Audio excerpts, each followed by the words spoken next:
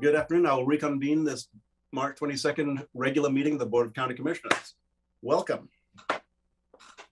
Mr. Mokrahajski, welcome back. We'll begin our the county session with a discussion. Item 10A is Public Works, a discussion in the matter of providing the Climate Advisory Committee 2021 Work Plan Report. And today we have with us Dan Hurley, and Dan has asked me to directly introduce Mark Nystrom, who will be the principal presenter in this meeting. But Mr. Mokrahajski, my pattern is to ask you to do so. So will you introduce your panel and get us started? Sure, Mark, why don't you go ahead and take it? Mark Nystrom is our climate advisory lead. So go ahead and take it, Mark. Great, thank you, Steve, and thank you, board, for having us. I'm Mark Nystrom. I am the climate strategist for Lane County, and I'm happy to provide an introduction to this update from our Climate Advisory Committee. As you all know, in February of 2020, you passed a board order, and along with the climate action plans that were outlined there, there was also a request or direction given to staff to develop a citizen-led climate advisory board. Back in the summer of 2020, we recruited members and they started meeting in October of 2020. This will be their second presentation to you. They presented again earlier in June of 2021. We're excited. We now have all 11 members back on board, and we have a newly elected chair and vice chair. And today our vice chair, Eloise Parrish-Mueller, will be providing the update. Yeah, and I was going to ask Diana if it's possible for me to share a PowerPoint presentation while Eloise talks.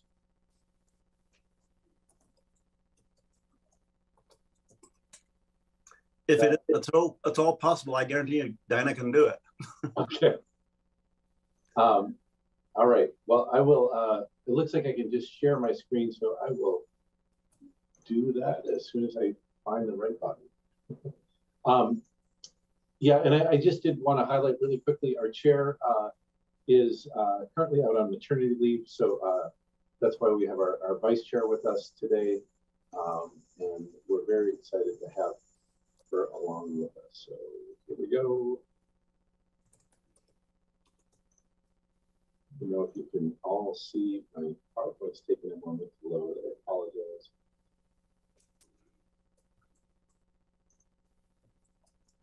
While we're waiting, I'll take a moment to welcome Ms. Parrish-Mueller. Thank you for being here with us today. Thank you.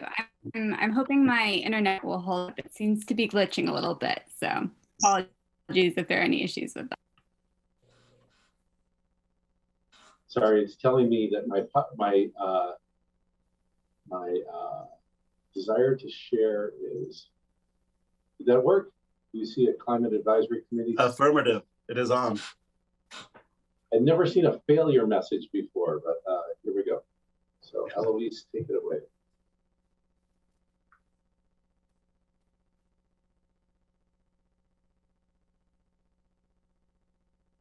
Great, thank you, Mark. Yeah, so as Mark mentioned, my name is Eloise, and I'm the current vice chair for the Climate Advisory Committee.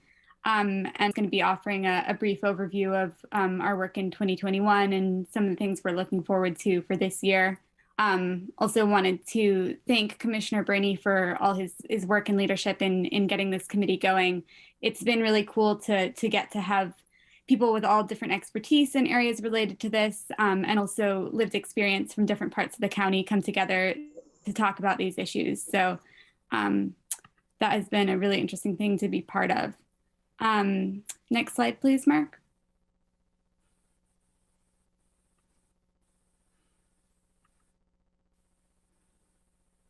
Did that come through?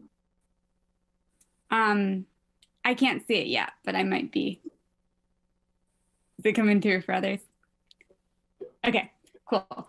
Yeah, so this was our 2020 work plan. topic areas. You can see with the green marks here, some of the areas that we were able to get into. And then there's some others where we're hoping to do more work over the following year. And then next slide.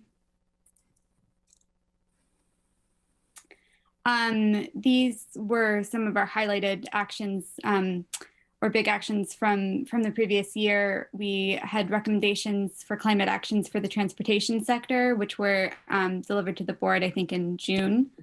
There were countywide greenhouse gas reduction goals developed by the committee that were integrated into the phase 2 of the climate action plan. And we also had recommendations from our forestry subcommittee.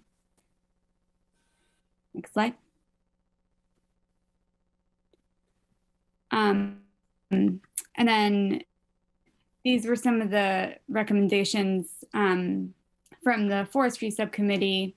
And the first one here around staffing a land stewardship and forestry position was approved by the entire CAC. So that's an official recommendation from the committee. And then next slide when we're ready.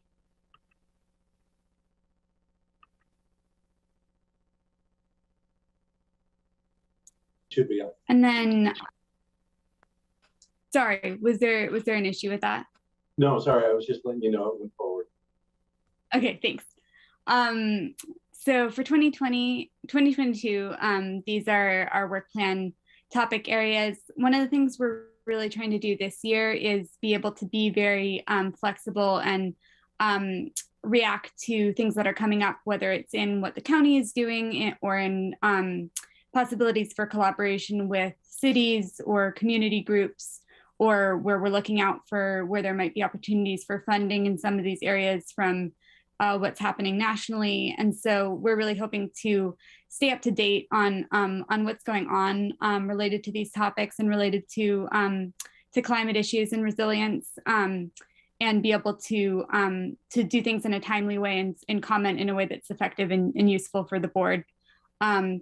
So these are some of the areas that we're interested in and that CAC members have expressed wanting to work on, but we're hoping to really be flexible and be able to provide the most useful input and engage with things as they come up.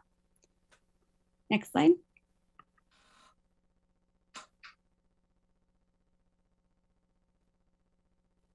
And then this is our updated roster for 2022. As Mark mentioned, we have a few new members, which will be a cool thing, and we're looking forward to getting to know them. And then our leadership and yeah, Dr. M is currently on maternity leave, but we look forward to welcoming her back when she is ready. Next slide. Yeah, so in closing, I just wanted to offer an open invitation. I know everyone on the committee would always be happy to, if you have questions for us or areas where you'd like more information or support in finding experts in different areas. I know that's something that everyone would be very interested in engaging with, and would be happy to hear from any commissioners, and also if you have interest in setting up meetings with our steering committee or with anyone on the committee, we would be very welcome to that. So just wanted to put that out there as an open invitation. Thank you. And yeah, if there are any questions or comments, time for that now. Thank you so much. I will look to the queue for actually, I look back to you, Mark, Mr. Nystrom, further presentation. No, that's it. We're here for any questions and answers. We're really just excited that we have all 11 members with us. We've gotten some great additions in the last couple of months, so we're excited to get that new input. And we're looking, and I'm personally looking forward to presenting more on climate in the coming month. Right on. A quick question for you, Mark. Does that 11 include our county commission member, Commissioner Burney? That does. Yeah, Commissioner Burney is one of those 11. Yeah, and he's been showing great leadership, and we've really appreciated all of his efforts. Then, Commissioner Burney, what I'll do is, as the regular member of the committee, I'll ask you if for your comments or your kickoff. Thank you very much, Chair. I really can only speak for myself here. I'm not used to how long it takes to start from ground zero for an advisory body to be formed. And so for me, even though things never occur quite quickly enough, but that's just my problem, it's astounding to me the quality and diversity of people that now have been attracted to be on this body. I'll give you a couple of quick for instances, and Eloise, you know, hopefully you agree with this. If you don't, you're more than welcome to speak up. One is my recent appointment to the advisory body comes from business. Her name is, well, this board approved it, but my nomination. She is one of the owners of Forest Paint, which is a company I think many of us are familiar with. She has a background not only in business and management, but also in introducing more environmentally sensitive processes to everything from manufacture to retail to even accepting used paint and appropriately either recycling or disposing of it. So to have that kind of an industry background to help widen the perspective of the body, I think has been wonderful. Just one other example. I'm sorry that Dr. Jackson couldn't be here today, our chair, but if you want to talk about equality, Dr. Jackson is a real scientist. She is the senior glaciologist for National Geographic. She has had many of her own series on climate on Netflix. She is a TED Talk fellow, and our county is fortunate enough to have her here. By the way, she took yet another job during COVID, and that was as the chief science communicator for the National Science Foundation. So to have this level of individual and community member as a chair, I think is really rounding out this incredible group of people. And I think we'll see a very balanced plan when it does come to us April 12th. And it's just a real pleasure to see it finally kind of coming together pretty quickly. But that's all, Chair. Thank you very much. Thank you for that summation, Commissioner. I see no one else in the queue. Then I'm going to just kind of dangle the bait out for a little bit by asking you a question, Mark, about how frequently does the committee meet? So thanks for the question. We meet monthly. It's now the first Wednesday of every month in the afternoon, 2 to 4 p.m. If the public is at all interested in listening in public meetings, and we use the same format you're using right now, Zoom webinars, and yeah, it's a good format because it allows interaction. We did public testimony, and we've had really actually outstanding public participation. So it's been great. And can you say the time of day again, Mark? I'm sorry. Sure. First Wednesday, 2 to 4 p.m. Right in the middle of the afternoon for people who have a regularly scheduled job. Yeah. What we're learning is that a lot of the people, as Commissioner Burney was pointing out, are professionals and also a lot of young parents in the group. So there's people who are taking time out of the middle of the day to present to that group. And I was thinking more about anyone in the public who may wish to listen to the proceedings. Are they recorded so that people can listen to them later? Good. Yes. Yeah. Great question. They're recorded, and all that information, the meeting agendas and all that material is posted on our webpage. Excellent. And the reason I ask that is because I know that a lot of people we receive testimony fairly regularly on different sides of different issues, and a lot of people are interested in hearing what the proceedings are. And I think people want to juxtaposition or side position things against what is happening in other jurisdictions.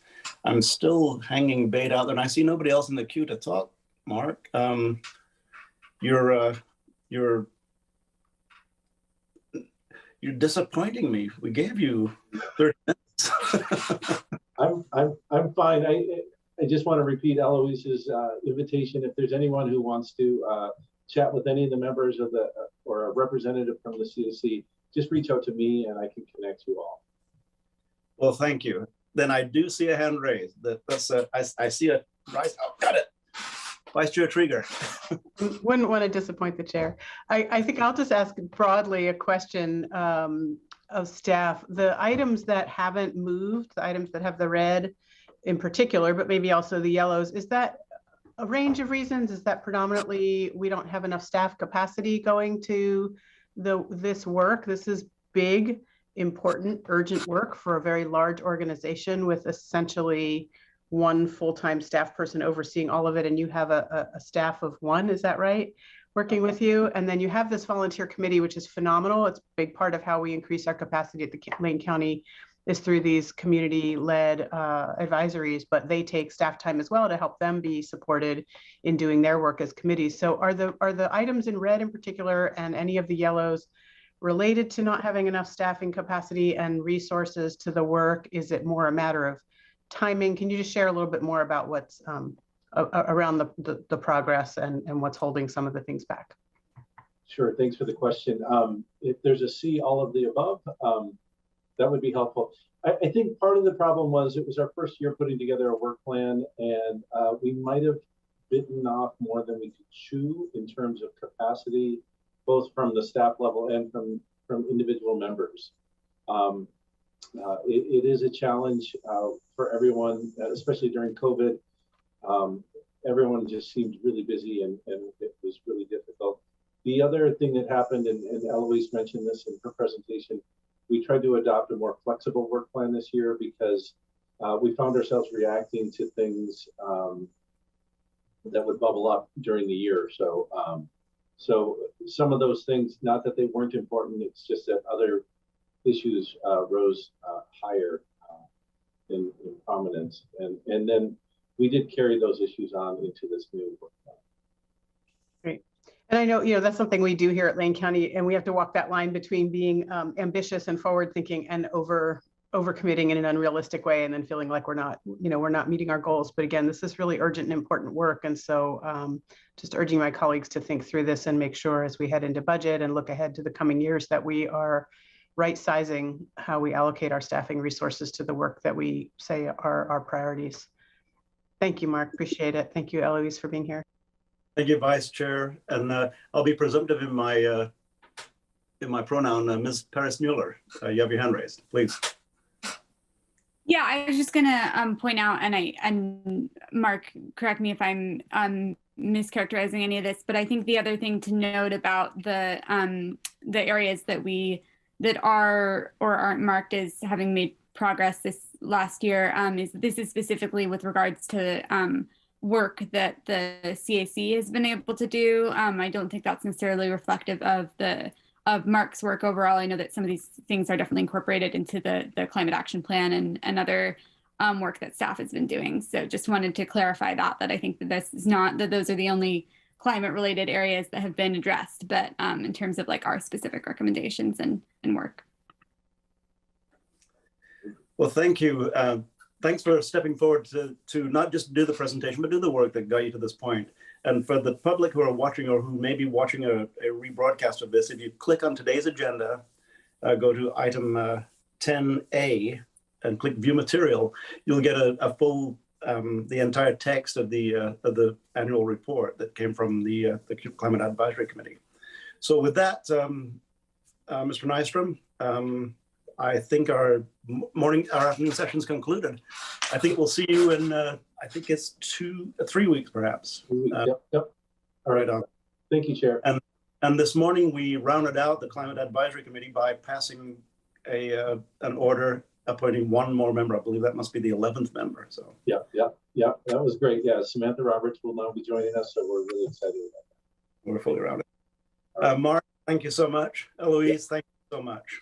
Look forward to seeing you in 3 weeks, if not before. Thank you. Then to the board, we'll move along to item 10A. This is another really cool discussion. I think it's a cool discussion that we're going to have on rural accessory dwelling units. It's a work session. Be surrounding some of the items from Senate Bill 391, but a little bit more than that. And I believe today, Mr. Mokreisky, a panel includes Rachel Soslep, but Mr. Mokreisky, please. Yes, Chair, Rachel Surslov from Land Management is going to take this item. So go ahead, Rachel. Thank you, Mr. Mokreisky, and thank you, Chair Farr. and good afternoon, commissioners. Again, this is Rachel Surslow, staff planner for the future code amendments for accessory dwelling units in the county. And I am before you today to discuss Senate Bill 391, which allows accessory dwelling units on certain lands outside of cities in Oregon. And let me just get my PowerPoint queued up here for you.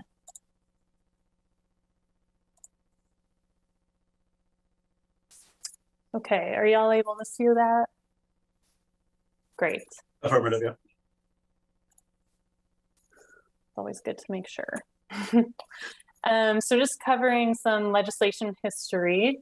Generally, this bill allows accessory dwelling units, or ADUs, as I'm going to refer to them in the presentation, in rural areas built in conjunction with single-family residences on rural residential lots.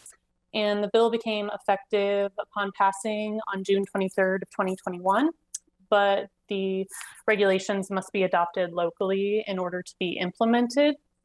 And additionally, the bill cannot be implemented at this time due to specific language in the bill that is dependent on actions required by Senate Bill 762, the Wildfire Mitigation Bill that I recently presented to you all a couple of weeks ago. And specifically, the ADU bill is dependent on that statewide wildfire risk mapping and defensible space standards. And then there's also Senate Bill 1533, which is a pending fix bill that's going to fix a reference in the ADU bill. And so that's something that's also pending for implementation of the ADU bill, but I'm going to cover some more detail on those things later in the presentation.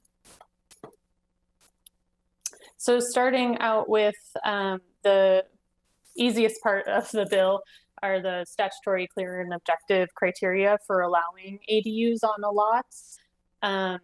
The bill is comprised of criteria for allowing ADUs, and they can be categorized as clear and objective, or ones that might require policy decisions by the board. And the bill requires that ADUs only be allowed on properties zoned rural residential and that contain an existing single family dwelling. And the property must be at least 2 acres in size and within a fire protection district. The properties can also cannot be in an urban reserves area and cannot be subject to a nuisance order. So those are the clear standards in the bill that we really don't have any discretion over changing. So moving into criteria that is going to require some policy discussion and some decisions by the board. There are several criteria here that I want to discuss with the board today. The first aspect of the bill is in regards to the ADU size requirement. The bill requires that ADUs not include more than 900 square feet of usable floor area, but the bill does not define what usable floor area is. And so the main implication of this term being undefined is that it's unclear if the intent was for the usable floor area just to be dedicated to the ADU use, or if the 900 square feet should include areas and development that might be ancillary to the ADUs, such as attached garages or carports. And so I've provided 2 draft definitions of usable floor area, one of which allows garages or other ancillary aspects of the structure to not be counted to that square footage calculation. And of course, these are draft definitions at this point, just to provide an example to the board and help spur some policy discussion. Of course, staff can draft code in alignment with any direction that the board provides. Moving on to the second main policy discussion is the distance from the dwelling or the single family dwelling on the property. This provision requires that the ADU be located no further than 100 feet from the single family dwelling on the property, but the bill does not detail how to complete this measurement. So the options for how this standard could be implemented are that the ADU could be required to be entirely within that 100-foot area from the dwelling, or only a portion of the ADU could be required to be within that 100 feet. And the implications of how this standard is drafted is that there could be more flexibility in siting an ADU on a lot if the board elected some code language where only a portion of the ADU had to be within the 100 feet. So again, I've provided a couple of options on the slide here as possible code language that could be adopted. And of course, we'll be looking for the board's direction on how to implement that standard.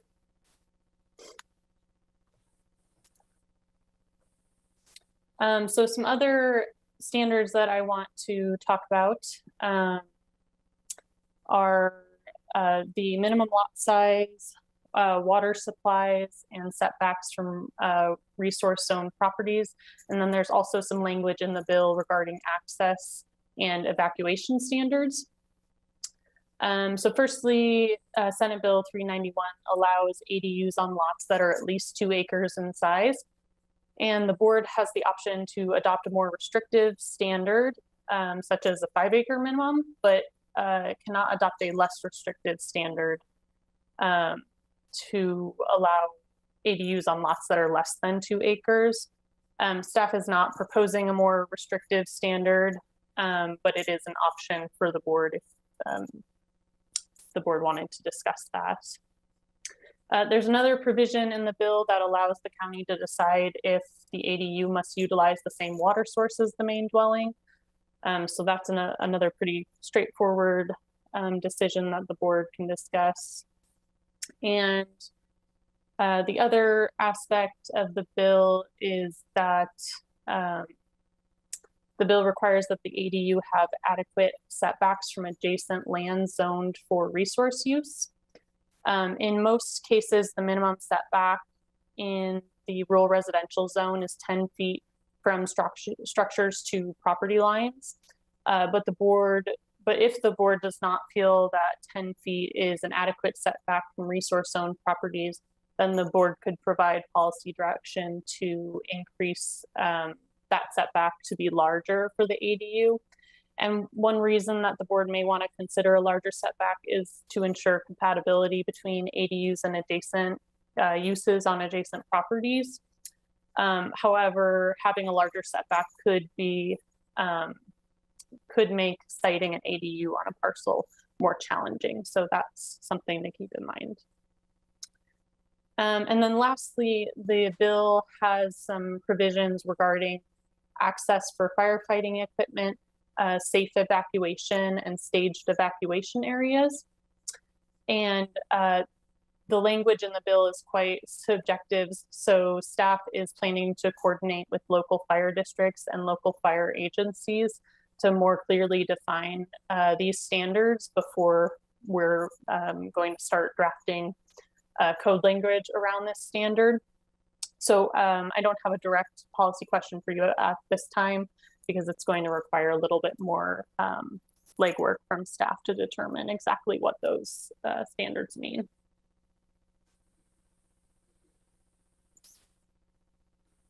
And then I also want to discuss procedure type. The Senate bill does not actually contain any language regarding the procedure type for allowing ADUs on qualifying lots. Therefore, ADUs could be allowed through what we call a type 1 or a type 2 application process. A type 1 procedure is known as a ministerial or an administrative procedure, and this type of application is not a land use decision. A use can be allowed through a type 1 process where applicable criteria are clear and objective, and discretion is not needed to determine if the use is approved or denied. And a type 2 procedure is a land use decision. It requires discretion because the approval criteria is discretionary. It also requires public notice of the proposal. And there's the ability to appeal those decisions.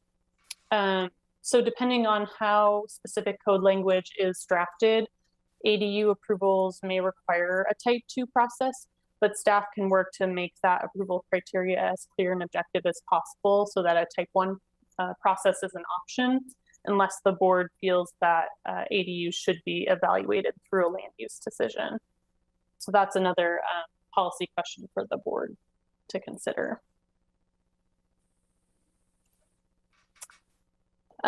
So now I want to move into a discussion of the wildland urban interface and defensible space requirements related to Senate Bill 762.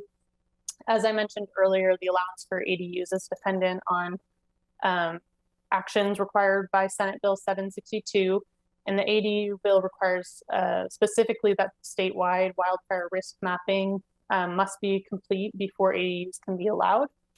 And that mapping is slated to be completed by June 30th, 2022. The bill also requires that ADUs within the wildland urban interface in areas mapped as high or extreme risk, they must comply with the state fire marshal standards for defensible space, and any local standards for defensible space. And the state fire marshal is not slated to adopt those standards until December 31st of 2022. And so until these state wildfire mitigation tasks are complete, the ADU bill cannot be fully implemented in Lane County. And then I just want to give a quick discussion of where Senate Bill 1533 fits into all of this. As I mentioned earlier, this is a correction bill. The bill amends a section of Senate Bill 391 to correct an incorrect reference. And 1533 also slightly changes the language relating to what wildfire mitigation standards apply to ADUs. So staff's understanding of the correction bill is that it does not require defensible space standards outside of the WUI area.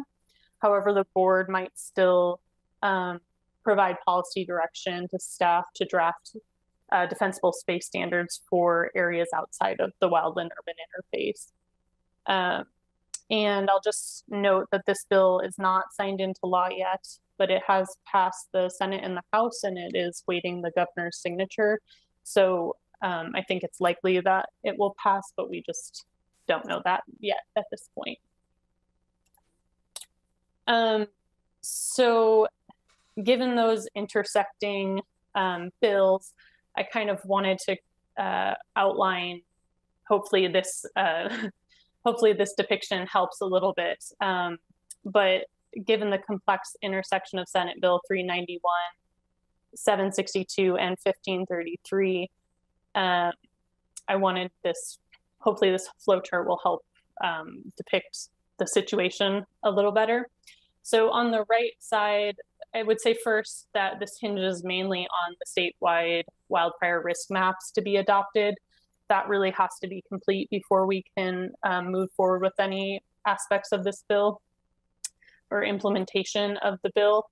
And then on the right side of this flow chart is the option for simply waiting for all of the relevant tasks to be completed at the state level, which includes the wildfire risk maps and the defensible space standards. And then we could adopt a county-wide ADU code. The other option is that once the risk maps are adopted and the wildland urban interface is mapped, staff could evaluate the number of ADU eligible properties that exist outside of the wildland urban interface and outside of high and extreme risk areas. And if there are many properties that would qualify for ADUs outside of those areas, it may make sense to move forward with an interim ADU code to allow ADUs in certain areas of the county as soon as possible. And that's kind of this center path here. We do think it would be important to, once those maps are published, to be looking at how many possible lots could benefit from an interim code. And then on the far left here are kind of the implications from Senate Bill 1533. Because it changes the language of the ADU bill slightly. If the bill doesn't get passed, then as part of the interim code amendment process, staff will have to draft defensible space standards. But if the bill does get passed, staff's read of the ADU bill is that defensible space is not required outside of the WUI, but the board could still provide policy direction if they felt necessary to have those standards. As I kind of alluded to, it's staff's recommendation that we do wait and see what the wildfire risk maps are going to look like, because that's going to give us a better idea of how many properties could benefit from an interim code process. And that information may help inform the board on the decision to pursue an interim code. And so I know that was quite a lot of policy questions and discussion. So I just wanted to provide a slide here with a quick recap of what staff is requesting today. I've kind of broadly identified the policy questions that relate to specific development standards, and then those that relate to the path forward with adopting an ADU code. And with that, I will conclude my presentation and hand it back to you, Chair Farr.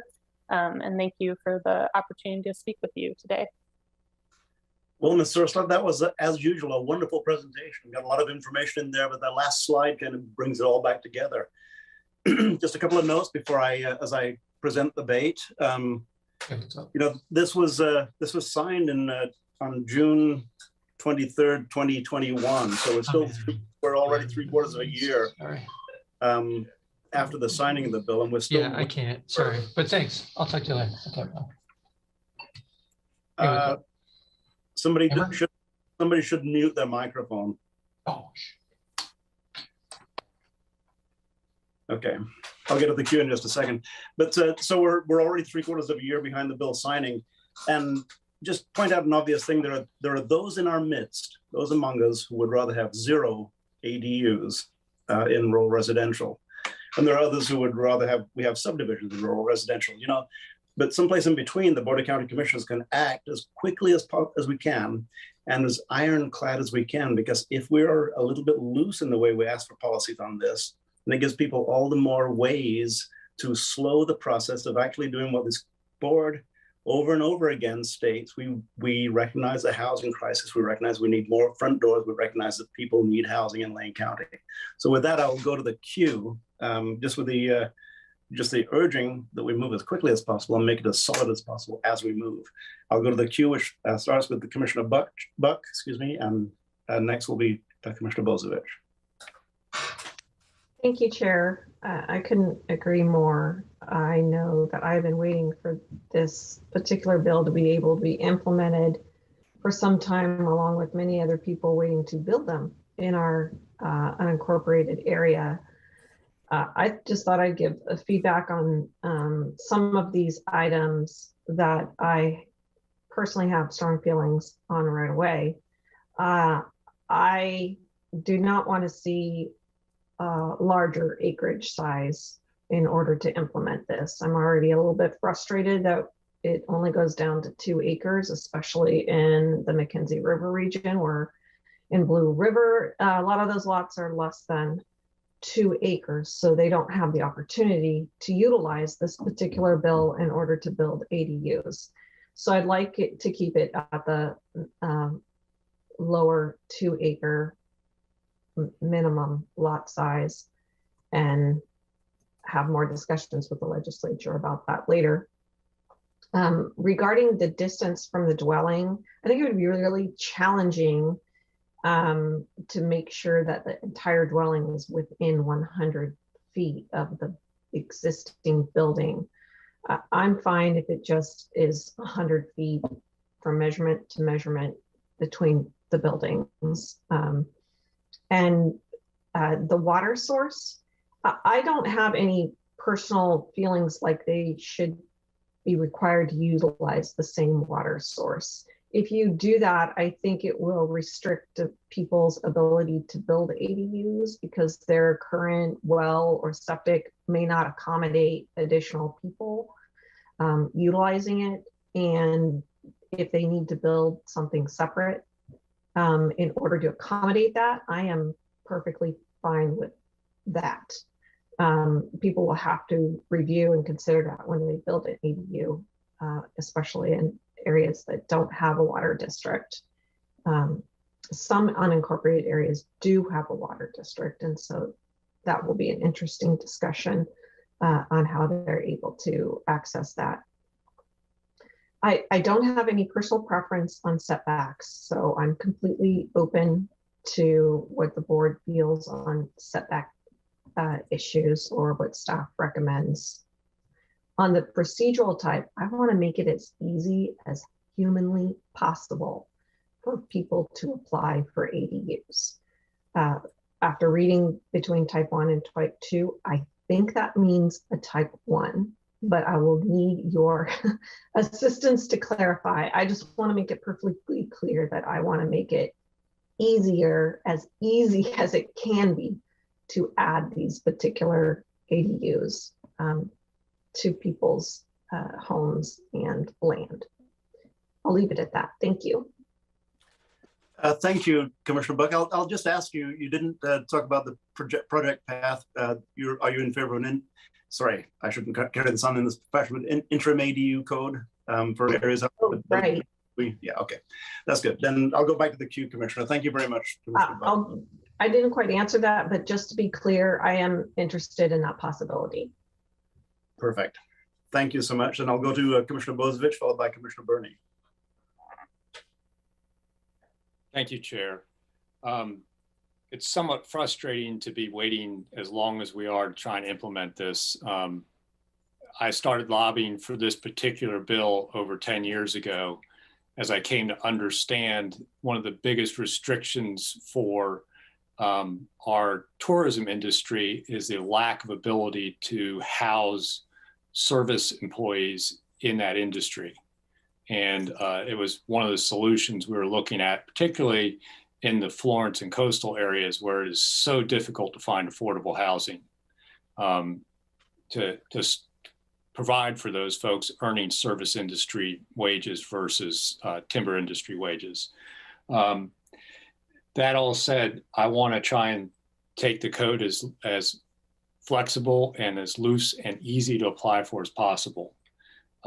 Usable floor area interpretation inside heated walls is great, although I want to make sure that that excludes loss for tiny homes. I don't want us double counting that as floor area. So we can encourage those tiny homes. I want it, the most flexible distance description, corner to corner, 100 feet.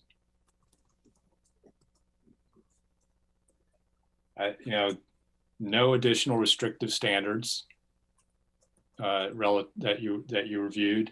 Type 1 process. And I want to have the ability to issue permits as soon as they've adopted the fire maps outside of the WUI areas. So if that means an interim set of code, that's where I want to go. But I was greatly disappointed also that the legislature used 2 acres, because you can look at areas, and maybe this is where we can maybe help the legislature along, is maybe areas like Blue River, Mapleton, the Dexter Sanitary District, Brow River Water District, other areas that are served by rural special districts for water and sewer service should be allowed to go down on lot size, it seems to me, but and probably has the greatest potential for adding front doors for people to live in, because we are in a humongous housing crisis. We had that presentation earlier this year that shows that we need to build 16,403 units in the next 5 years in order to keep up and make up for our underbuild to provide affordable housing in this community. And this is just one tool in the toolbox. So everything we can do to keep this moving forward and make it as simple and easy a process, that's what I support. Thank you, Commissioner Bozievich. I think you covered everything on Ms. Surslow's checklist. Commissioner Burney. It's very delightful for me to agree with both Commissioner Bozievich and Commissioner Buck. And I think that means, Ms. Surslaw, that at least you're getting a majority view here. The only thing we can argue, we get to argue about as commissioners is who wanted this the most, but I don't think we even need to argue about that. I do recall when I didn't know what the hell was going on with AOC, my first AOC meeting where I was going to make a proposal. I was asking everyone around me, am I allowed to make a proposal? And it was that AOC adopts supporting what now has become this law. So I will simply say, very simply, the most permissive interpretations to allow the quickest builds for people. Obviously, we don't want to harm the environment greatly, but I don't see this as something that is going to do that. I personally don't think we have a freaking clue other than a study that tells us how many units we're going to need. I think we're going to need more than 16,000. I think so. As we look at this, for me, it's whatever we can do, the easiest for the user, the fastest for the user, the simplest for the user is how we can increase housing a little bit. And my sadness here, honestly, is I don't have a feel, and Ms. Surslaw, I doubt you do now, but maybe at some point, what the maximum impact this might be. You know, how many lots might have this as an option? How can we as a county or harnessing the private sector lower the costs of an ADU build? Maybe that means some modular kinds of relationships. I don't know. But I completely concur with Commissioners Buck and Bozievich, and that's my 2 cents. Thank you very much, Chair. Thank you, Commissioner Burney. We'll call that B cubed then, the 3 B's. Commissioner Trieger, Vice Chair Trieger. Thank you, Chair. We'll add my initials in and have a sandwich, a deli sandwich here with the BLT. Sorry, couldn't resist. I agree with the position that my colleagues have spoken to, and just want to echo the disappointment at the 2 acres being the minimum size. I have very few, if any, addresses in my district that this counts for, but lots of people in Lane County, of course, all of us serve everyone in Lane County that I hear from who want to be able to build ADUs for all kinds of reasons, but also because among the housing crisis and the workforce housing and worker shortage crisis, we have a caregiving crisis. And I know a lot of people want to be able to build a small unit on their property for aging relatives, or for them to downsize into and allow someone else to live in the house that they've raised a family in. It's really just a common sense way to be responsive to the changing face of families and supporting people in caring for their families or sharing their resource. So I'm fully in support of doing whatever we can to pave the way, and really appreciate Commissioner Buck flagging that this might be something that we want to go back to the legislature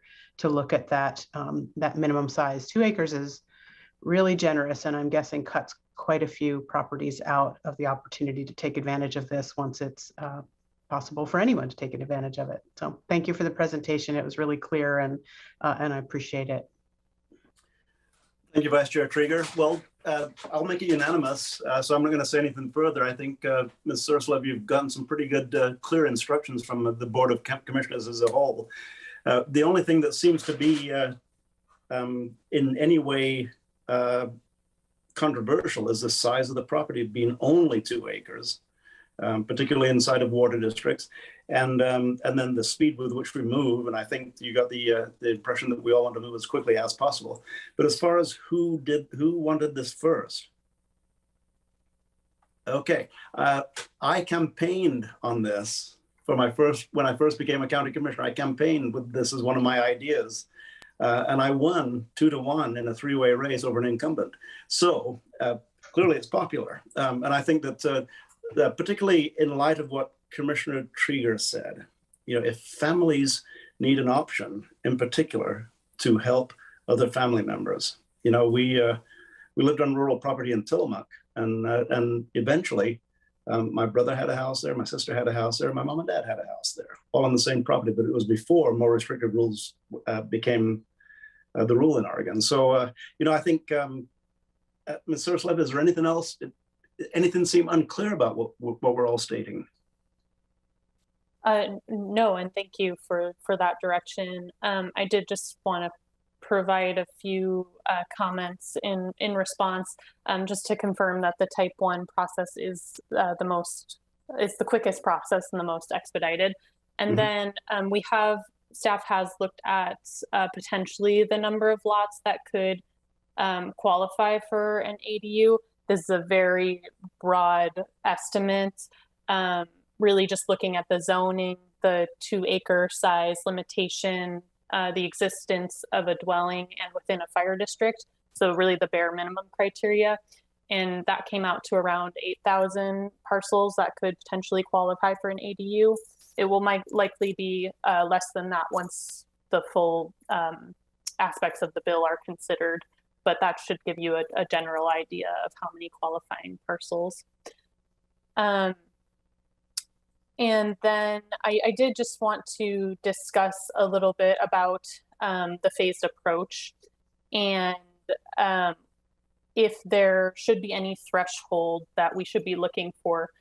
So say once the wildland urban interface map and the risk maps are adopted, we're going to be looking at the number of properties that exist outside of that area. And I'm wondering if there's any threshold that staff should be looking for in terms of it making sense to pursue a phased code adoption. So say there's only a handful of parcels outside of that mapped WUI area that would qualify for an ADU. Does it make sense to go through a phased code adoption for just a handful of parcels? I don't know if the board wants to provide any further direction on that, or if once the maps are adopted, we should pursue a code if possible.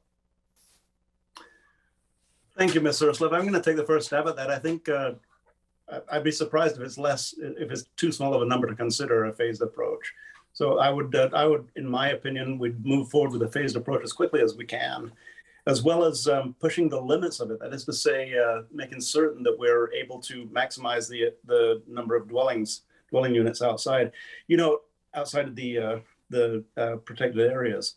So I think one thing that I talked about 10 years ago was not just rural. This is for rural residential. At some point down the road, let's go to the next step beyond rural residential. Right now, we're just talking about rural residential. It's a step in the right direction, but it's not, as Commissioner Burney has stated, it's not going to come even close to, even with what happens inside of the urban growth boundaries, it's not going to come close to addressing our needs.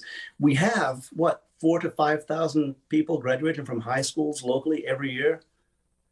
Even if a small percentage of those just decide to live in the town that they grew up in, that adds to the number of households just organically. And we're not just dealing with organic population growth. So I think it's urgent that we move forward as quickly as possible. And I'm trying to dangle bait to see if anybody else wants to add anything more to that. But Ms. Surslev, I think the key and operative word here is expeditiously. Understood. Thank you. And I think I'll give it one more shot here, but I think that you've done a superb job of giving us a great set of options, a nice bullet-pointed set of objectives to make comments on, and you got a pretty concise set of comments. So is there anything else from you, Ms. Surslev?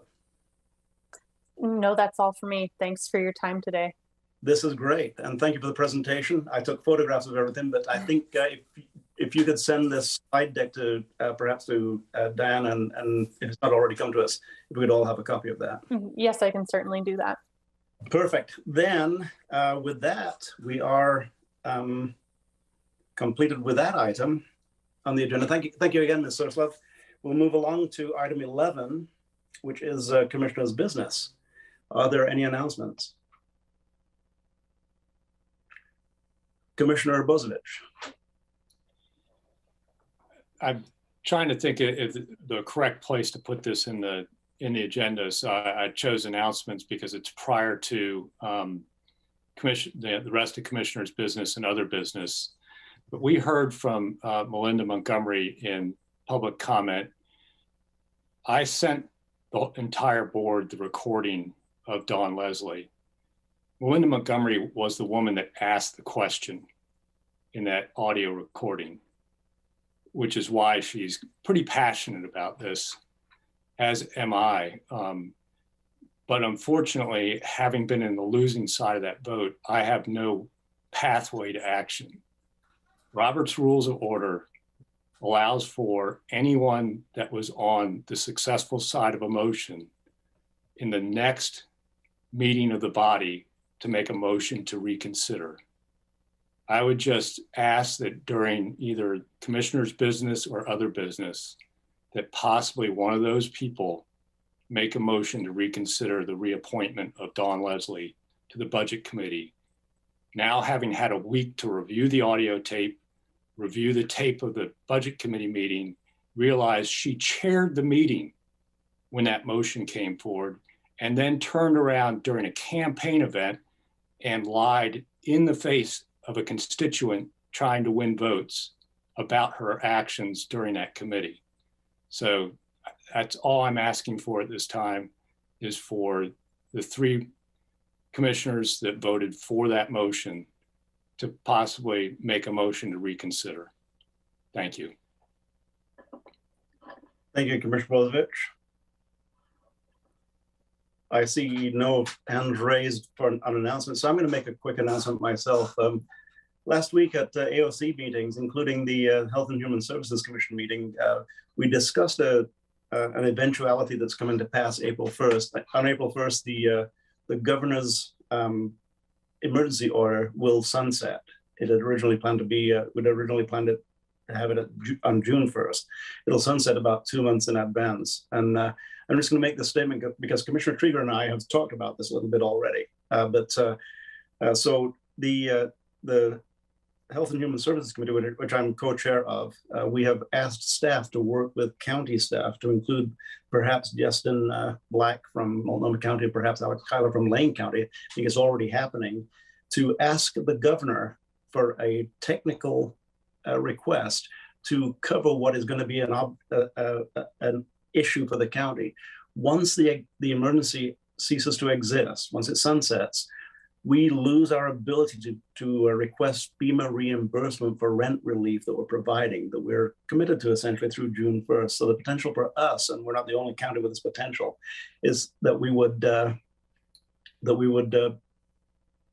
continue to fund the rent relief and then not have the FEMA reimbursement. The FEMA money is out there. It's just a matter of applying for it. It's already been allocated by Congress, that the money is available. But if we no longer have an emergency, we no longer are eligible to apply for it. Just a little bit of a note there. And at this point in time, AOC is working with counties to draft a letter to the governor to see what technical requests can be put into place in order for us to allow us to continue with the FEMA reimbursements. So that's my announcement. I see no other hands raised in announcements. Going twice, and we'll look for future board requests, future board assignment requests. Commissioner Bozovich. Thank you, Chair. It's come to my attention over the last several weeks due to folks contacting me about issues of trying to obtain permits and land use approvals, that Lane County has in its code gone beyond state law in a couple of places. And I, just as our discussion about ADUs, this is preventing some people from building houses. And in particular, our code around big game habitat and our requirements on that, and also our code around property line adjustments contains a requirement that's above and beyond state law. And I am asking maybe if in the future we could have it, even just a discussion or work session of where Lane County code goes beyond, because in one case, a hardship dwelling was denied for a set of parents that are ailing in a ag zone because of big game habitat, supposedly. Of course, it's under appeal at the Land Use Board of Appeals, and it's probably going to cost thousands of dollars to get the hardship dwelling now. But our big game habitat code was utilized to stop the issuance of that permit. Something that actually should have been automatic because big game habitat shouldn't have been considered, but that's a whole issue. I think was an error of the hearings official. But we need to kind of fix that. If you can't get a hardship dwelling, which is not a permanent dwelling, it's a temporary dwelling, we need to do something. So I am looking for head nods, maybe to take a look at some of our code where we reach beyond state standards to make it easier to get homes and front doors in Lane County. Thanks, Commissioner Bozovich. I would agree with it. So you're asking for a work session on that? Is that essentially what it is? Okay. You have my concurrence. And do we have three? So Ms. Mocher, I see you view that as an assignment. Commissioner Bozovich, excuse me, Commissioner Bozovich, thank you. Commissioner Burney.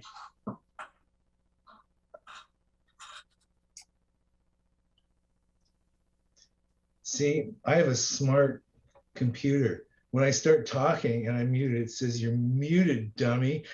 Nobody can hear you. I thought you were singing. I was just going to ask for clarification, but you elicited that, Chair. So what I voted on, Commissioner Bozovich, if this is correct, is just to take a look at where the discrepancies are, period. And then once we identify them, then we go from there. Is that correct? Okay, I'm good. Thank you, Chair. Thank you, Commissioner Burney. Then I see no further hands raised, and I'll go back to my announcement that I made regarding the FEMA applications for reimbursement.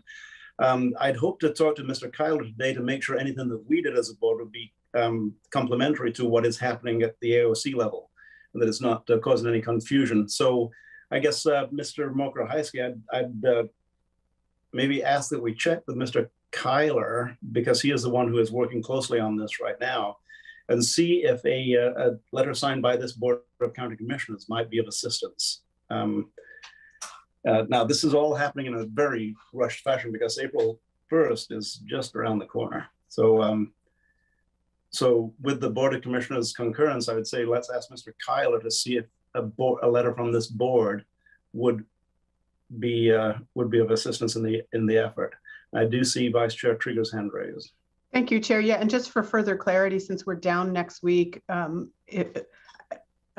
sure the right way to frame the assignment request, but I think it's something like if a letter would be helpful to amplify the message from the H&HS committee from AOC that that this board approves such a letter being written without it having to come back to us. I know there's a way we can do that because we'll be down next week and time's of the essence.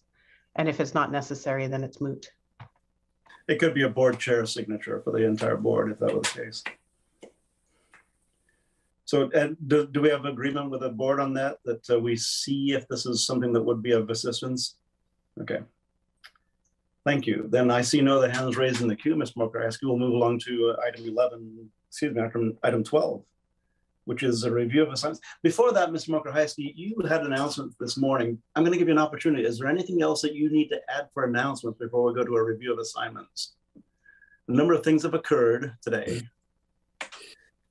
Yes, we do have a new data analytics manager that has been selected and hired, and she will begin in, I believe, early May. And so as that time approaches, I'll make sure that we have that individual here in front of the board for an introduction.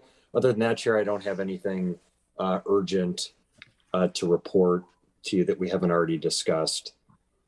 So I do have two assignments here. The one assignment from Commissioner Bozovich to look at a discussion with the board regarding aspects of our code that go above and beyond state law. And there were two specific references to big game habitat and property line adjustments. So we will ask our land management team to take that on. Likely our planning director, Amber Bell, will be assigned with that, as well as assistance from Keir Miller.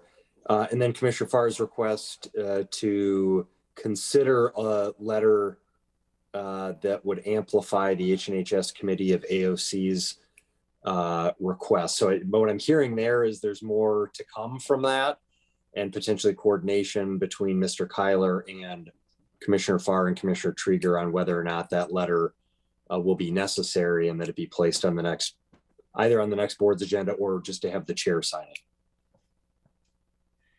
That covers it. Board, anything else that Mr. Montgomery may have missed? All right.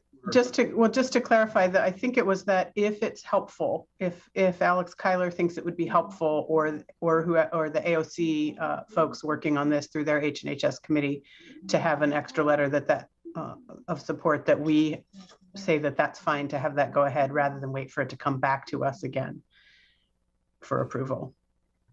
Perfect. Looks like Mr. Montgomery has good clarity on that. Then no further announcements, future board item requests, and no more assignments.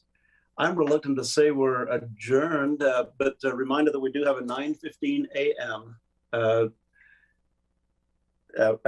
a.m. executive session, and I do believe actually that I should read us into that executive session right now. Yes. So let me make sure that I have the correct language. I apologize that I didn't have that pulled up.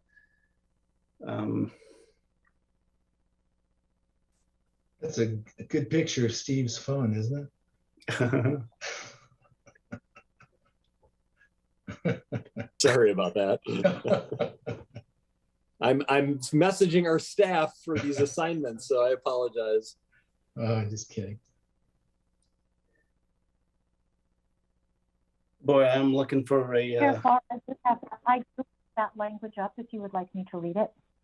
Ms. Jones, would you get me off the baited hook and read the executive, the language that will place into executive committee? And following the declaration by Ms. Jones, I will pound my gavel and we will be adjourned.